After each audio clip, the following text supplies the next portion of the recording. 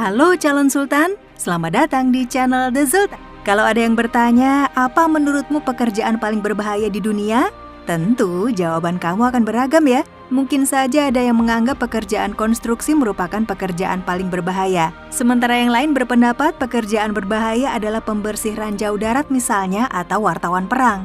Tapi ada nggak sih di antara kamu yang berpendapat bahwa nelayan merupakan profesi yang berbahaya? Jika kamu menggeleng atau menjawab tidak, kamu perlu simak pembahasan kita kali ini sampai tuntas calon sultan. Karena kali ini kita akan membahas mengenai salah satu profesi dengan pendapatan atau gaji yang luar biasa besar hingga mencapai angka 5 miliar rupiah loh. Tetapi pekerjaan ini punya resiko yang tak kalah besarnya.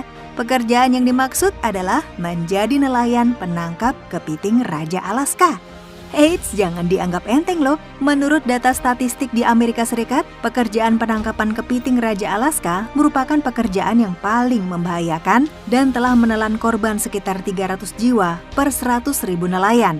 Website How Stuff Works dalam artikelnya How Rough Waves Works sempat mengemukakan bahwa hanya pada tahun 2007 saja total 128 jiwa dari 100.000 orang nelayan meninggal dunia saat bekerja menangkap kepiting Raja Alaska ini. Karenanya kabarnya pekerjaan ini sepi peminat di sana, biarpun gajinya selangit. Kita bahas lebih lanjut yuk soal profesi ini dan tentunya tentang si kepiting Raja Alaska yang bikin penangkapannya diganjar gaji tinggi. Kali ini The Sultan akan membahas mengenai kapal dengan pekerjaan paling berbahaya di dunia yang dibayar mahal versi The Sultan. Apa itu kepiting Raja Alaska? Kepiting Raja Alaska yang memiliki nama latin Paralithodes kamschaticus sering juga disebut dengan kepiting Kamchatka atau kepiting Raja Merah. Ya, bisa terlihat ya dari bentuk fisiknya yang besar dan kemerahan calon sultan. Kepiting jenis ini datang dari spesies kepiting raja yang berasal dari Laut Bering. Laut Bering sendiri merupakan wilayah perairan bagian dari Samudra Pasifik yang dipisahkan oleh Teluk Alaska dan Semenanjung Alaska. Jadi jelas dong ya kenapa kepiting ini disebut kepiting Alaska. Meski mungkin yang sering terlihat adalah kepiting Raja Alaska merah, namun sebenarnya spesies ini memiliki 3 jenis, yaitu kepiting Raja Merah itu sendiri, kepiting Raja Biru, dan kepiting Raja Emas. Kepiting ini mampu memanjangkan lengan hingga 18 meter loh. Alaskan King Crab ini mempunyai ciri fisik khusus, yaitu rentang kakinya yang dapat mencapai rentang 150 cm panjangnya, serta memiliki 5 pasang kaki. Mereka dapat bertumbuh sangat besar dengan bagian karapas atau cangkang yang menutupi punggung mereka memanjang hingga 28 cm. Bagian perut dari kepiting ini juga khas, yaitu berbentuk kipas serta terselip pada bagian bawah belakang cangkang. Bobot tubuh mereka bisa mencapai hingga 9 kg loh, sehingga sesuai ya jika mereka disebut kepiting raja. Kira-kira kamu bisa menghabiskan 1 ekor kepiting Raja Alaska sendirian gak nih calon sultan?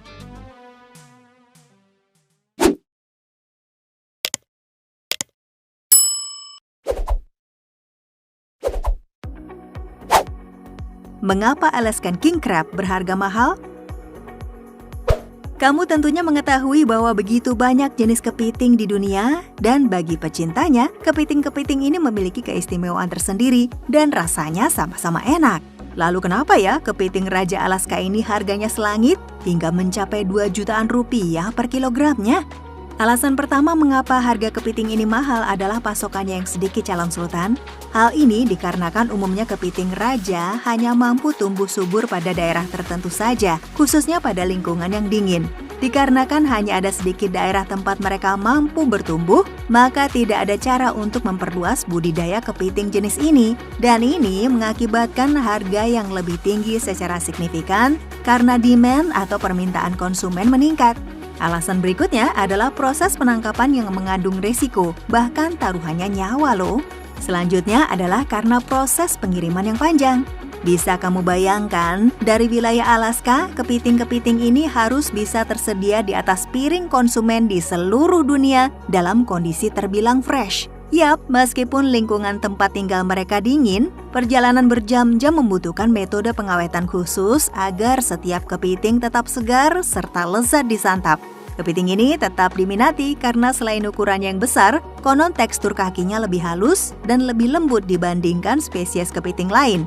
Sementara rasanya katanya cenderung memiliki rasa manis yang unik, berbeda dengan daging kepiting dari pantai timur. Selain itu, nilai gizinya juga dinilai luar biasa, di mana dagingnya kaya akan protein, sehingga dapat memperbaiki dan membangun kembali otot. Juga mengandung asam lemak omega 3 yang mampu mengurangi peradangan serta memperkuat kesehatan jantung.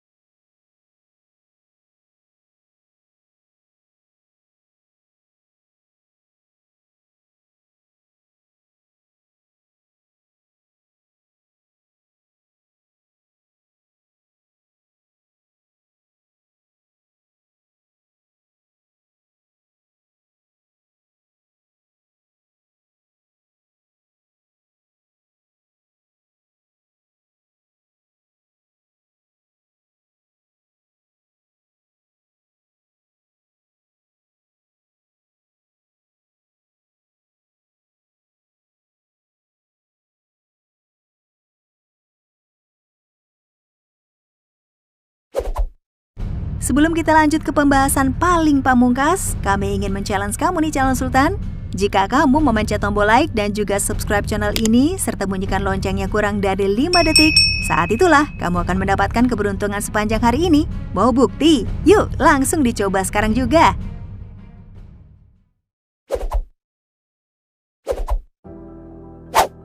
Proses penangkapan Alaskan King Crab. Sebelum para pekerja atau nelayan berangkat melaut, pada umumnya mereka akan mengadakan pesta makan-makan di sebuah restoran terlebih dahulu. Eits, ini bukan pesta perayaan ya, tetapi lebih kepada pesta perpisahan calon sultan. Karena masing-masing pekerja tidak akan ada yang tahu pasti apakah mereka akan bisa pulang dengan selamat atau tidak.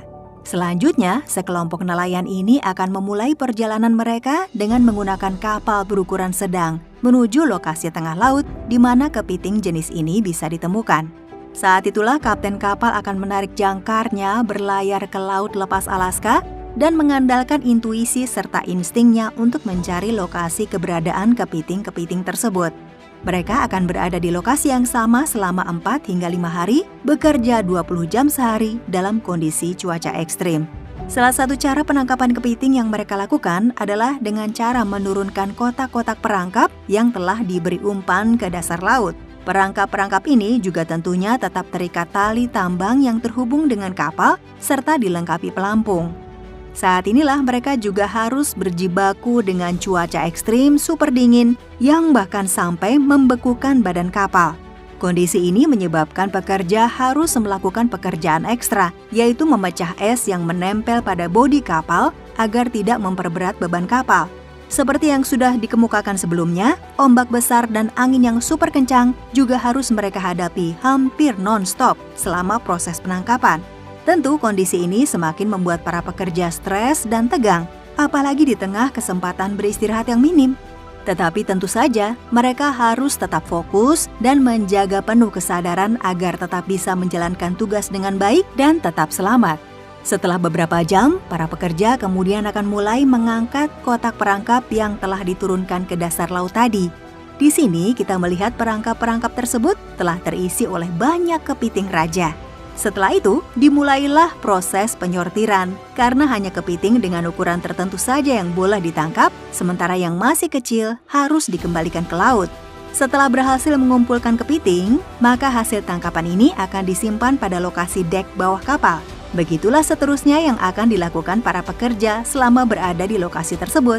Mereka akan kembali menurunkan perangkap, menghadapi kondisi ekstrim di sekitar, lalu beberapa jam berikutnya menaikkan perangkap untuk mengumpulkan kepiting. Waktu singkat mereka di tengah laut harus dimanfaatkan semaksimal mungkin calon sultan sehingga hasil tangkapan banyak, namun juga masih bisa tetap mempertahankan fresh sampai ke darat. Saat malam tiba, biasanya kondisi cuaca makin tidak bersahabat, hingga bukan hanya beresiko pada kondisi fisik pekerja, namun juga kondisi kapal. Bahkan ada juga loh kapal nelayan penangkap Alaskan King Crab yang nyaris tenggelam karena kondisi cuaca parah di tengah laut. Pada titik ini, mau tidak mau mereka harus memohon bantuan pada tim penyelamat. Nah, setelah mereka menyelesaikan tugas di tengah laut, rombongan pekerja ini akan kembali pulang dengan membawa hasil tangkapan. Begitu kapal berhasil bersandar, demi mempertahankan kesegaran hasil tangkapan, mereka akan segera mengeluarkan hasil tangkapan mereka yang melimpah. Jika semuanya berjalan dengan relatif lancar, maka raut puas dan bahagia serta tentu rasa syukur akan terpancar pada wajah para pekerja ini. Ya, tentu saja mereka akan segera mendapatkan ganjaran bayaran yang sangat tinggi untuk segala perjuangan yang telah mereka lakukan. Setelah saling mengucap selamat antar pekerja, kebahagiaan mereka akan sempurna tatkala mereka bisa kembali berkumpul bersama keluarga karena hasil jerih payah mereka tentu saja juga akan mereka persembahkan bagi keluarga. Ya, kalau dipikir-pikir, melepas suami atau ayah mencari kepiting sama saja seperti melepas mereka berjuang ke medan perang ya calon sultan. Nah, itulah tadi pembahasan mengenai kapal dengan pekerjaan paling berbahaya di dunia yang dibayar mahal versi The Sultan. Menilik begitu besarnya resiko dan beban yang harus ditanggung para nelayan penangkap kepiting Alaska, apakah ada di antara kamu yang berminat untuk melamar pekerjaan ini? Ya, gajinya memang sangat besar dan kamu tidak